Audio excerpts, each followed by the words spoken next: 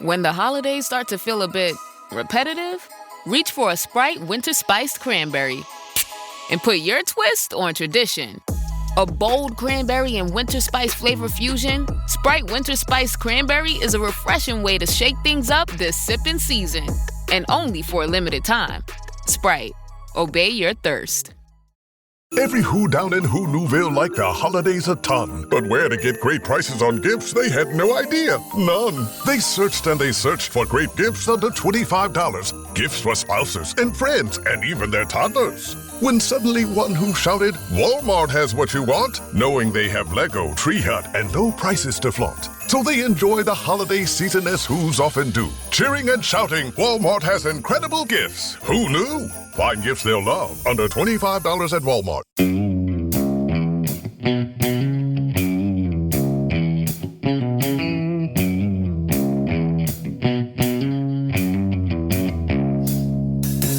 Well, all right. Welcome back to the Survival and Basic Badass Podcast, Kevin and Chuck. Today, well, we're going to talk about bug out bags. And I guess, you know, we've touched on bug out bags before, but every video I've seen or article I've read, everything I see with bug out bags, they seem like they're a universal thing. And I don't really think that's true. I think it's a very unique and very personal thing, that there are standard things that everybody should have, problems that we all want to solve. However, I think that everybody's definition of bugging out and everybody's plan should be a little bit different. Right. And I think that's really what goes on. You know, I look at it as different things. You know, it might be, I mean, one, a lot of us don't even have a plan to bug out. Like, we're going to kind of hunker down at our property or something like that. Right. We built our whole life into shaping into that. But it's even more important than that, where, I mean, you know, there comes a time your place can be overrun or your house can burn down, or, you know, and you do need to leave, right? I mean, that definitely would be a thing. But you need to find a way to kind of overcome that. But I also wanted to look at it as, some of us are like, if I'm in New York City and I'm bugging out, I probably don't need a camping forest kind of setup. Right. Right. I mean, that's probably not that realistic. I mean, Central Park is pretty big. I mean, I don't know what, but a few other people might have that same idea. I don't know. But why would I shelter under a tree when there's 100 warehouse buildings that are empty, Right. that I could shelter in, you know? Right. Maybe I'm going to a farm. Maybe I'm running off to the woods, you know? Those are three completely different scenarios where I feel like we'd want a different bag in each one. Mm-hmm. Kevin, what's your take on bug out bags? Yeah. Well, I mean, I think there's a lot of, like you said, there's a lot of standard things that you would want in your bug out bag. Universal, yep. But there's, you know, if you're, I feel like my bug out bag is set up for, you know, going into the woods. Mm-hmm, mm-hmm. That might not necessarily be the situation I'm in. You know, if I'm getting out of here, I'm gonna either, you know, stay where I'm at, or I'm gonna get out of here. You know, meaning leaving the entire area.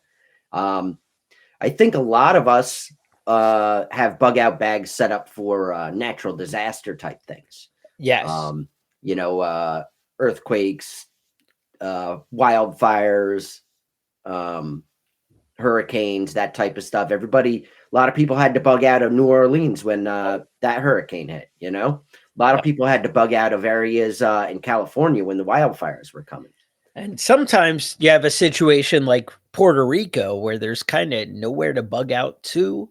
Mm-hmm. But then with that, you still want all your supplies in one spot that I can grab. Hey, here's that one bag I need to protect, where if I'm alive and this bag is here, I still have fresh water. I still have, you know, different things. So let's jump into it. Let's kind of look at a list of like universal, like things that you're always going to need no matter what. My first thing, I mean, I always feel like clean water is your go-to, right? I mean, nobody even goes on a like 5-mile hike without maybe some water, Right. Right. I Uh, think a lot of places, the area I live up in the Catskill Mountains in New York, there's mhm. water everywhere. Yes. Whether you can drink it or not is a different story. So you definitely want some sort of filter, and there's a million on the market. Check out what's best for you. I like a lot of, I've got a couple of different types, but So I like Sawyer for my water filters. Now those kind of screw onto a water bottle top. But one of the things I've been kind of more interested in lately are like the water filter pumps. And that's something that it's just like a hand pump. So you can stick a hose in the water, stick a hose in your, empty bottles and just fill them up. I'm gonna have to check And this out. And that's pretty Ketadine good. makes them, they're about $85. There's one that like says survival filter, comes like 65. Both look pretty reasonable to me as far as, function and something that's going to do it. Something like that, I think is great. Um, Another thing, like they actually sell bags that have like a bladder system in it. Uh, that would be something where they have that Camelback is one specific brand that Mhm. fits right inside the bag. I have a 72-hour bag that I keep in the car that has that Camelback that can just be filled up. And having something like that, is awesome. But it goes deeper with water. There are other things. They have the water purification tablets. Uh, Right. the ones that I use, they have like little pill ones you can drop in, but the ones I use are like little chlorine packets, basically, Mhm. that you drop in, and they weigh almost nothing. You can put a little baggie of them and throw them in the bag, and it's easy. But I also start out with some clean water in my bag. Uh, Right. I always say, like I I try and keep like a case of water in the house that can kind of be added because a lot of times if things are in like a place they might freeze or whatever, Right. you need it ready to go all the time. So, Mhm. all right. So think water. Water has got to be your number one. The next thing I think I gotta say, I like snacks, Kevin. I like snacks too. Having a little food in there. They always say like 3 to 5 days. That could be a lot of food. That's a lot. That's a lot to carry. Yeah. So typically, I mean, before we get too far ahead, I think a bag, you want it to be like 40 pounds or less, and maybe 30 pounds, if depending Mhm. on you, right? Depending how big of a guy you are and what you can carry. And Yeah, and mine is actually 60 pounds, and I think that, if I was bugging out, I would have to go through, trim down right, some you'd hit stuff. somewhere. But that's it. You also choose the scenario that you're in and you thin it down to accommodate it. Right. I always we did a video way back and I had like a sea bag with everything just in it, in like a Navy sea bag. And with that, you know, everything's there and I could kind of resort it and put it into a pack. At that point in my life, my plan was to kind of jump into a truck or jump on a four-wheeler and take my heavy bag and go find the meaning of life. Mhm. But so food, uh, in my bags, I have a couple of My Patriot Supply 72-hour kits. Mhm. The brand doesn't matter, whatever. That's the ones that I had gotten on sale at some point. Um, they like energy bars, nuts, jerky, these kind of things store really well. MREs are not a bad way to go. One, MREs are really high calorie. Um, so that's something to do. You don't want like cans of food that are going to be heavy or something like that. That's why people like uh, the granola bars and things like that. But they get kind of nasty after a year or so in your bag too. They kind of turn to powder. Doesn't mean you can't lick it up, but Yeah, I mean, it's not your I'm not go-to. proud. I've eaten some really old granola bars in my life. I mean, protein bars and granola bars, they're great. You want something with carbs too, peanuts, like you were saying, are great because they last, a long time. You get them in a Ziploc bag or a sealed container that they came in.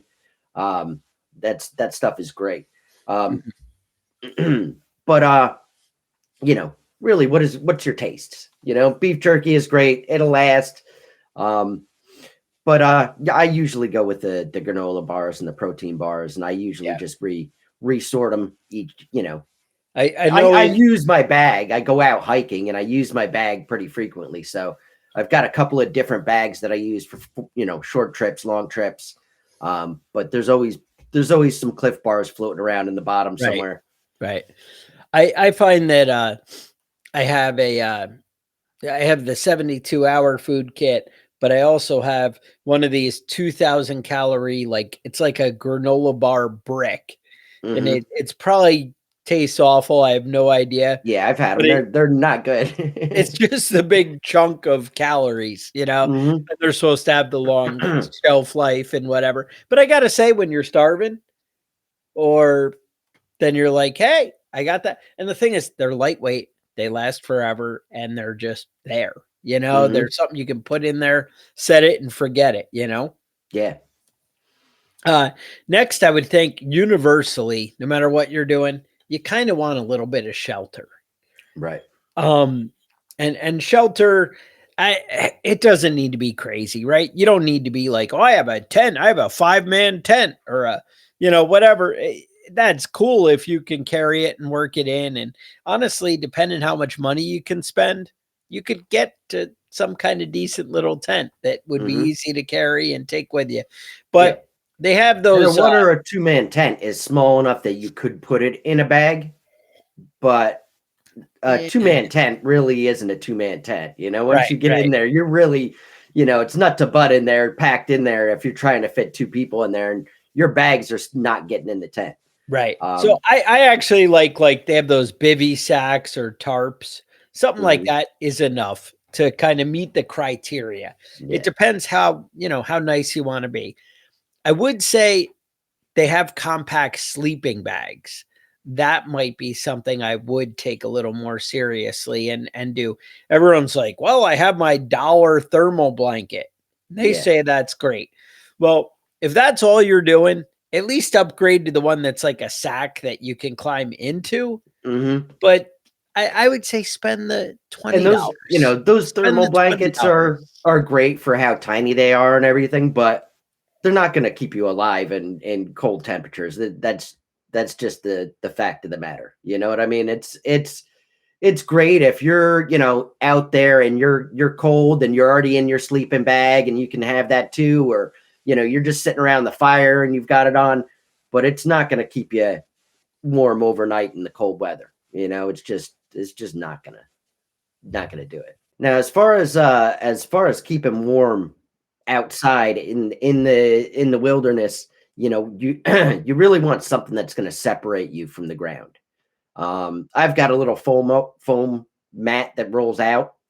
Some people use these yoga mats and things like that. Something that's going to keep your body separated from the ground, though, is really what you want to do. I know a lot of guys use those hammocks, and they're really small and they're really lightweight and really good quality. And that is something that I don't have it in my bag.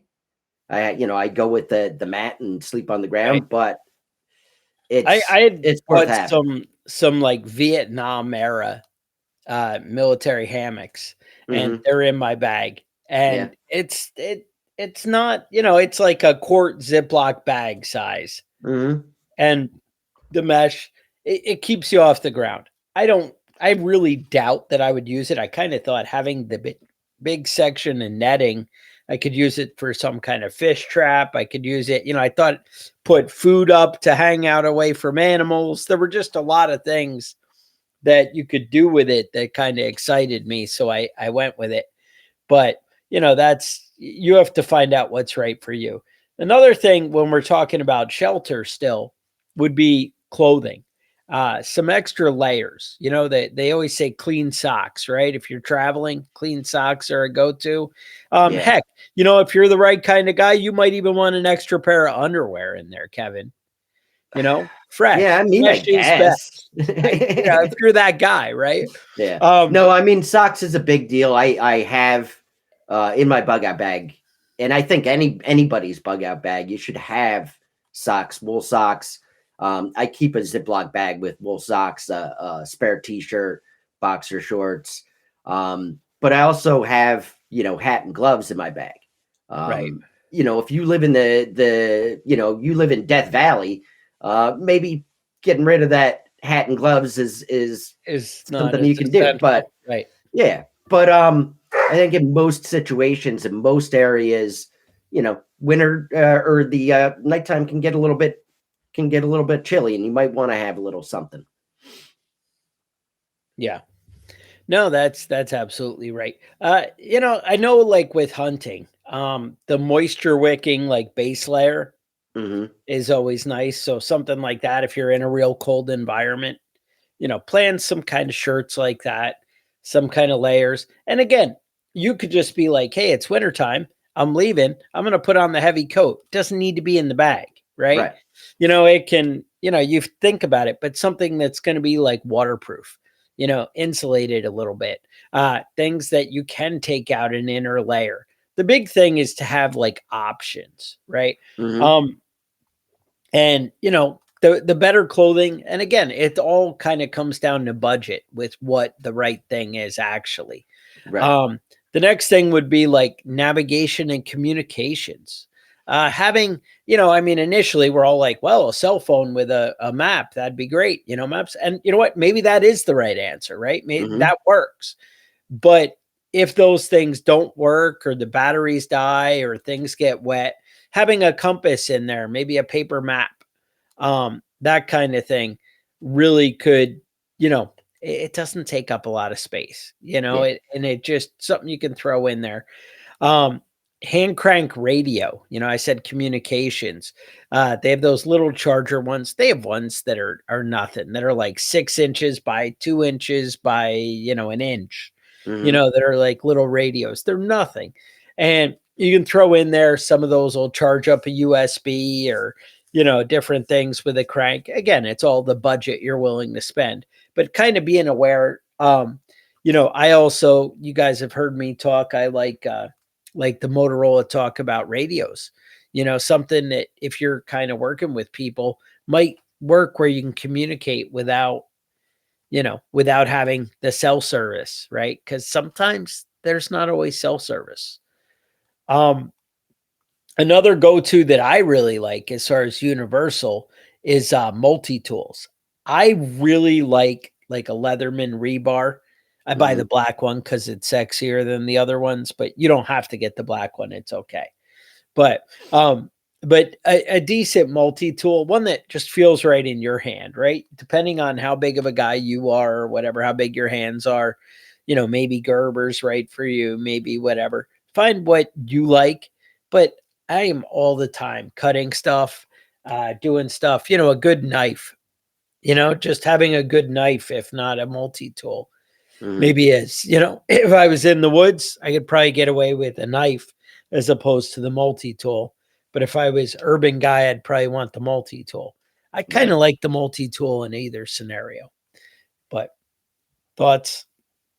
No, I think I'm a big fan of the multi tools. I like a survival knife. That's usually Mhm. what I go with. But I always have a multi tool in my bag, and they're good. Good having something that's pliers, having something that's can opener on there. Yeah, The Swiss Army knife used to be the standard, right? Those things are right. expensive, but They they used were. to be the standard, and now it's really the multi tool. I know. The one I have is a Gerber, but I think that there's definitely better ones out there. Yeah, that's it. No, I mean, there's always good choices, but that's it. You got to find the one that's right for you. I have buddies who swear by Gerber, Hmm. whereas I'm like Leatherman, of course. It's just what you kind of grow up around. You find what works for you.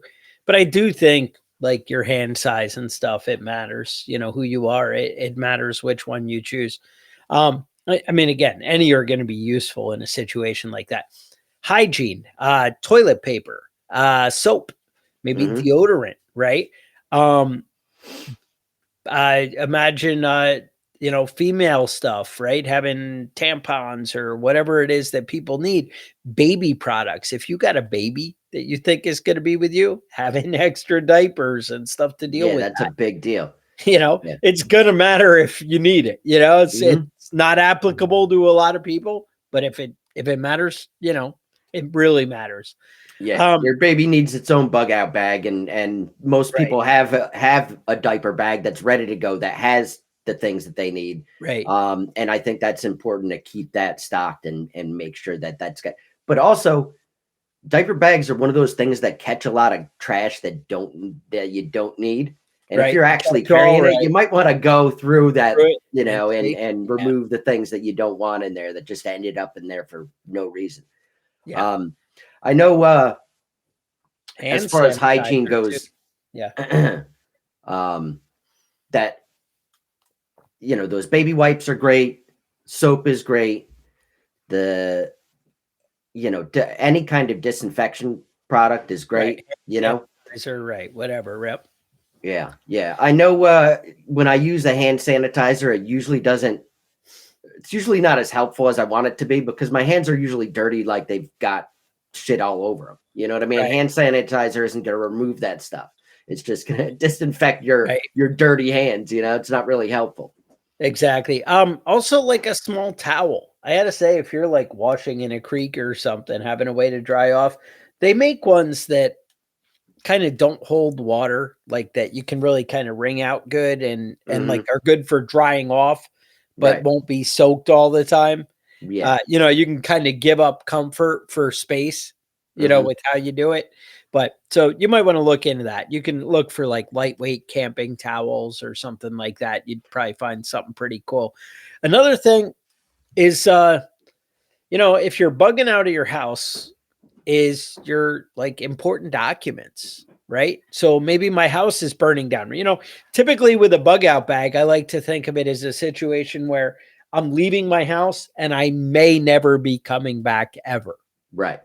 And if that's the case, you probably want to grab your passport, maybe your birth certificates. If you had all that kind of together, that would be good. And maybe you're like, you know what? I just have to live. I can go to the Social Security office and get a new card later. It's going to be okay.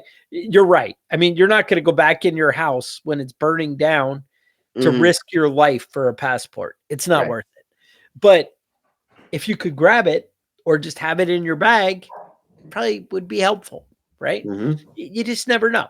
Um, Typically, if you're in a situation where you're bugging out of your house, it might be good to have cash on hand. It's possible there's a storm or an event where cards might not work, that kind of thing. I know the world is shaping into a digital currency kind of world, but at the moment, having cash probably a good idea. Maybe $500. Yeah, it's kind of a lot, but it's maybe Yeah, it's what not as you want. much as it used to be. I can tell you that. Mhm. So think about that. Zip ties, paracord, duct tape, sewing kit. Any of those might be a nice hit, for the bag. Yeah, duct tape is a big one for me. You know what I mean? As far as you can patch almost anything in your bag, including your bag, if you've Right. got if you got the duct tape to do it. And that's the thing, the Boy Scout stuff, I can whip together a great shelter using paracord. Hmm. Um, can I usually use some kind of vines and vine-based plants to tie things up? Yeah. But is it easier if I just have a roll of paracord and I don't have to scrounge? Yeah, as You far do as shelter anything? building, paracord I think is a necessity. I've made my own rope in the woods before, and Right. it's a nightmare. It's time consuming. It just takes all kinds of effort to Yeah. do it, and finding the right materials to use to actually make the rope with. Yeah. You know. Exactly. That's the whole thing is when you're worried about survival, anything that can save time is a big thing. Hmm. Um, that That's really the go-to. Yeah, and somebody sent me a paracord dispenser that goes on your belt. Never needed to use it before, but I if I was out in the woods building a shelter, I might have that thing attached to my belt, but otherwise it always seemed a little bit ridiculous to me where you can pull out however much you need and then snip it off with the little Yeah. dispenser. Yeah. Never once have I gone out into the woods with that thing attached to me, but Yeah, but how many times have you used your they have the fruit roll-up dispenser and you keep that on your belt? You're like, oh, yeah. little snack. So it's that same idea. But those are basically my list of like common universal, no matter where you are, things you need. I would also think something self-defense like pepper spray, things like you're having a decent knife and then possibly upgrading it to I would have I always like the I think it's called the SOG Seal Pup. Mhm. Just a great utility knife, or a great little kind of fighting knife, but overall small, easy. You can throw it on the belt and it just fits for anything. That's one of my favorites. You can find it on sale for reasonably cheap, or you used to be able to. I don't know. But then there's stuff that's kind of specific to your bugging out. And let's talk about that. But before we jump into those, there are different types of bags that you might want depending where you're bugging out. Right. So that's a thing. So if I'm going in the woods, like, Chuck, I'm going to the national forest and I'm going to disappear, right? That's a lot of people have that as their like, I kind of feel like it's people who haven't given it a lot of thought. That's Their plan. Yeah. that's their plan. So if I'm that guy, I probably want the big hiking pack, Right. something Right. You want a lot of volume and you want to be something with a tackling a lot frame, of stuff. right, that I can really do. Maybe if I'm in the city, I want something that's more discreet and a little more like, hey, don't notice me. I guess gray man is what Kevin always likes to say, right? You want to Right. blend in.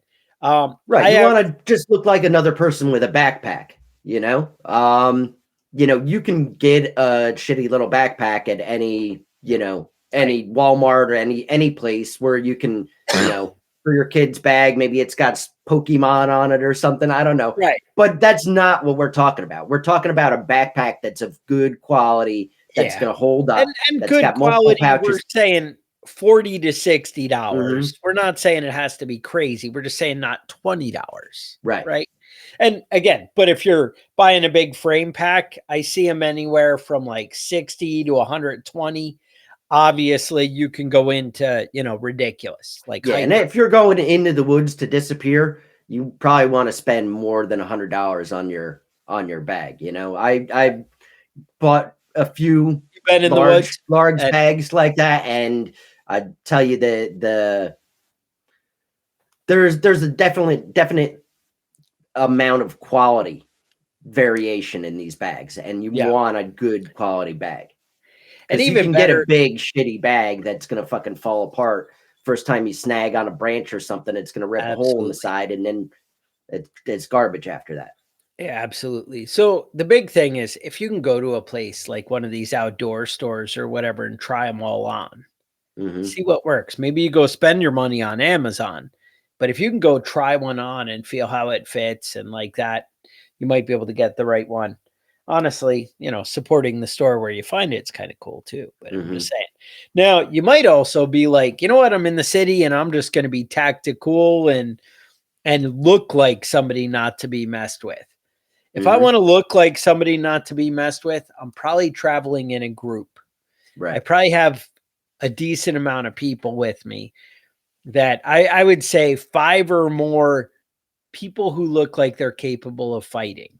Hmm. If it's you and 2 little kids and your wife, I'm not sure I want to look like a hard target. I think I want to blend in and disappear. Right.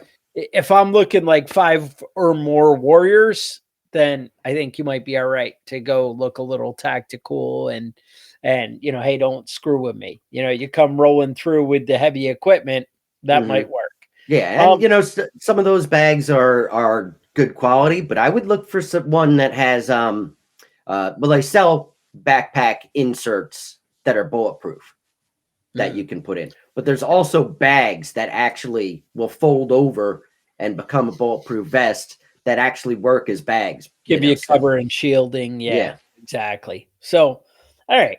So I think there's some other things that I wanted to talk about being different levels of, if I'm bugging out to different places, I might want different things.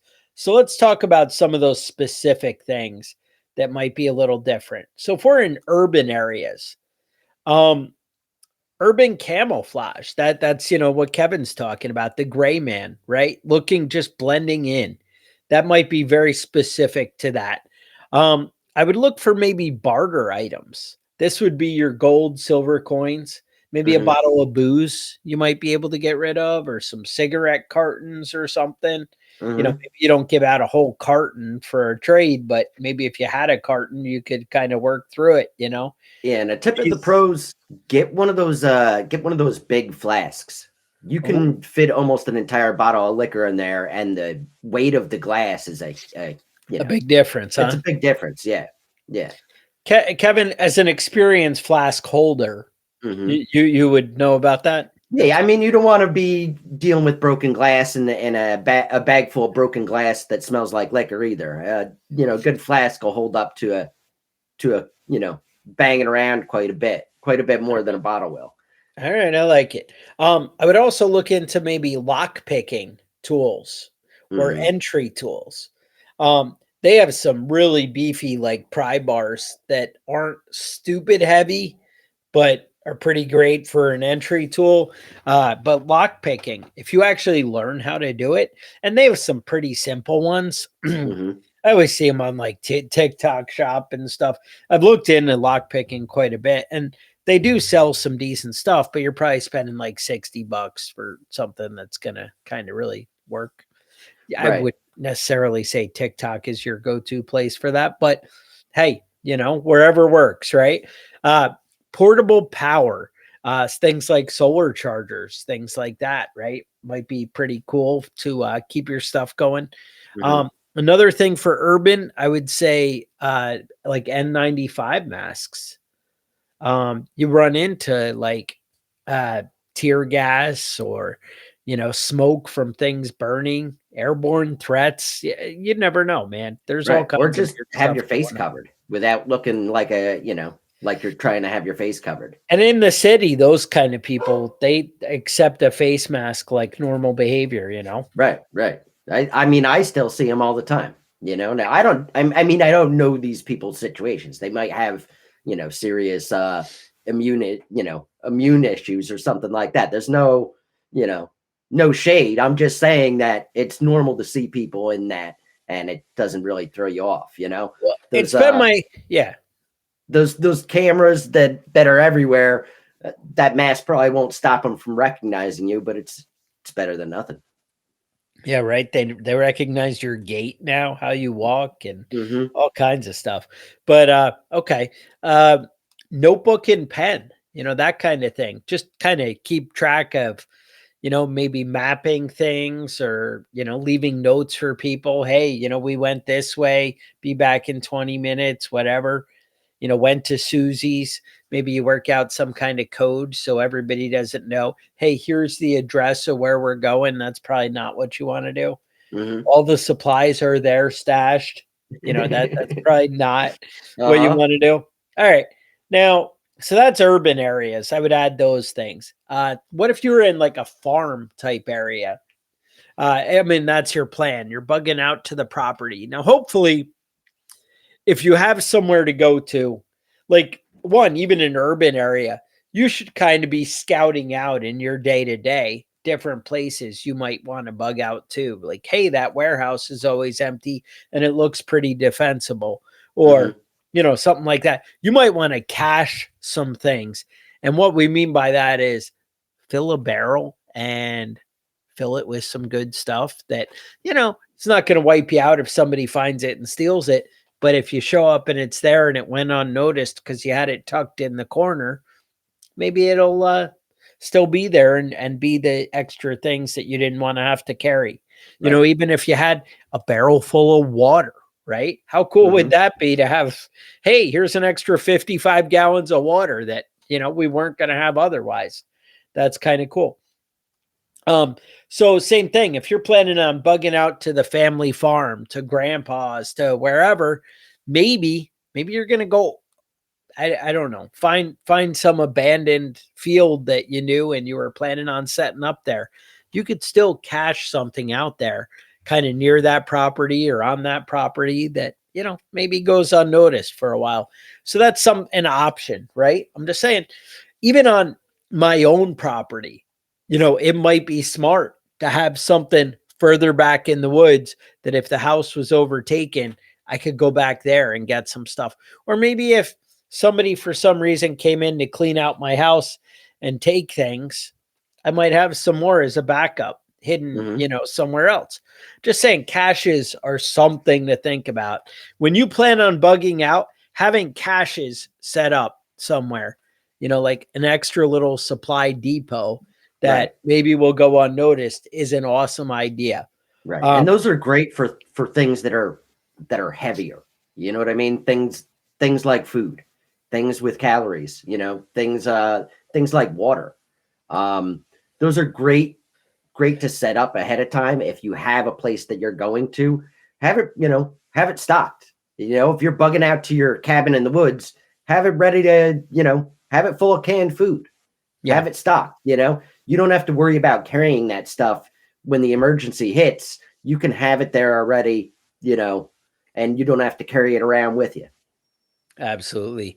So with farming, again, having that stuff staged is probably your go-to, but also think about seeds, planting tools, that kind of stuff. Like I said, hopefully they're going to be there, right? Hopefully that's the goal, is that you're going somewhere that's going to have these items. But if you're not, if you're like, well, I just know where there's a great field that nobody's going to mess with me and it's got a creek and I'll be able to set up, that's okay. That's cool. But then the seeds and the planting tools, a multi-tool, salt, things like that. But salt weighs something. That'd be like a good thing to cache, right? Insect repellent, netting, that kind of stuff. Keep the bugs off you. Basic repair stuff, like wire cutters, pliers, things like that. Again, you got to balance weight, but that's where thinking about caching something would be good. Right. Now, anything else for farm, or you want to move to woods and wilderness? Let's move to the woods and wilderness now. All right. I would definitely think trapping, hunting, things like that. So snares are your go-to. Yeah. Snares are not usually legal for trapping. However, they really work. They do work, and that's why they're illegal. That seems to be the case, right? Some places you might be limited in a good slingshot, but that also might work in the city areas where you can't necessarily own might not be legal, right? Right. Yeah, there's a lot of people that I don't know about statute of limitations with this sort of stuff, but if you have one of those good wrist rockets, you can actually hit what you're shooting at. That's been your experience. You can practice with that and get pretty talented with it. Yes. And if you live in a city, if you are a convicted felon and you're not allowed to own a firearm, maybe you want one of those. You're not going to take somebody out, but you might be able to hit a rabbit or a squirrel. Also, I would look into black powder handguns. I'm just saying, if you were a felon. I had a guy explain that whole thing to me. He was like, "Oh, I'm a felon, but look at all my cool guns." And you're like, "Well, you can't own these." And he's like, "Oh no, they're black powder. They're just look into it. There's some things out there." And I guess it depends where you live and whatever. I don't know. I'm not a lawyer. And it's not the same as the as the 1700s muskets. You got some good quality stuff now. Yeah, look into things because it's not what you think. I'm just saying, call your lawyer and see what options you might have available to you. But your lawyer's got to be a smart guy. I'm just saying.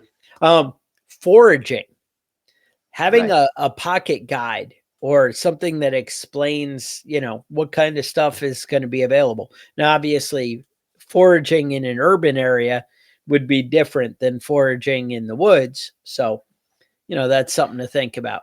Yeah, I think there's a shortage of knowledge of the things that you can eat in the woods. A really talented person could live in the woods almost on foraging alone at Absolutely. the right time of year. Anyway, Yeah, and I think if you plan, you can stay. But mhm, yeah, I mean, like you said, it's hard to start out in the middle of winter and whatever. Although right, tracking animals comes easier in the winter. Just saying. yeah, and mushrooms, plants, edible plants. There's a ton of stuff that you're going to come across in the woods that you're not going to be sure about. And if you have Right. one of those guides, if you have a handbook for those types of things, it makes it a lot easier. All right. Surviving in the woods, that's one of those things where putting your effort in early to learn skills is Hmm. really, but again, it's all different skills, right? If I'm surviving in the woods, that's one set of skills. If I'm surviving in the city, I might need to learn a whole, way of fighting and maybe some Krav Maga and things like that, go that direction versus, in the woods, it's more important. I'm learning about tracking animals, growing things, hunting things, that kind of stuff. So, you know, all these things, all survival really comes down to knowledge, just like Kevin was saying. It really comes down to putting in the effort, learning skills that are going to adapt to what your plans are. You need to have a plan. And when you have a plan, you're going to come up with the best way to get through these things. And that's going to be by learning these skills, going out camping, learning what kind of edibles are in the woods, as you walk around, that kind of stuff. I would also look at like a forest axe or a hatchet. If I'm, woods guy, maybe look at water filtration as more of a longer term thing. How do I build my own water filter system? That kind of Hmm. stuff is really going to matter. Step up your fire starting and things like that. Learn what it takes to fire start in the woods or the wet. That makes a big difference. Yeah, and again, back to the woods, insect protection can be a real thing. Uh, Sometimes it just gets away from you and it's brutal. Hmm. Usually clearing an area will help avoid a lot of the insect issues. However, clearing the area also can draw attention to yourself. Hmm. So that's what I got, Kevin. That's what I would do when it comes to bug out bags. But what I would say is there is no set bug out bag that's universal one for, everybody. You know what I'm saying? Yeah, 100%. And I think your talents and your skills have a lot to do with what you're going to put in your bug out bag. If you've Absolutely. never fired a handgun before, don't plan on loading your bag up with ammo and handguns. Right. If you don't know what you're doing or how to use a certain tool, don't bring that tool with you. Right. They always and I didn't hit on first aid kits and medication. Yeah, it should That be. that's always my go-to that I forget. Mhm. Um, so make sure you get those in there. Any of your medication you're gonna need, that kind of stuff. Don't forget that.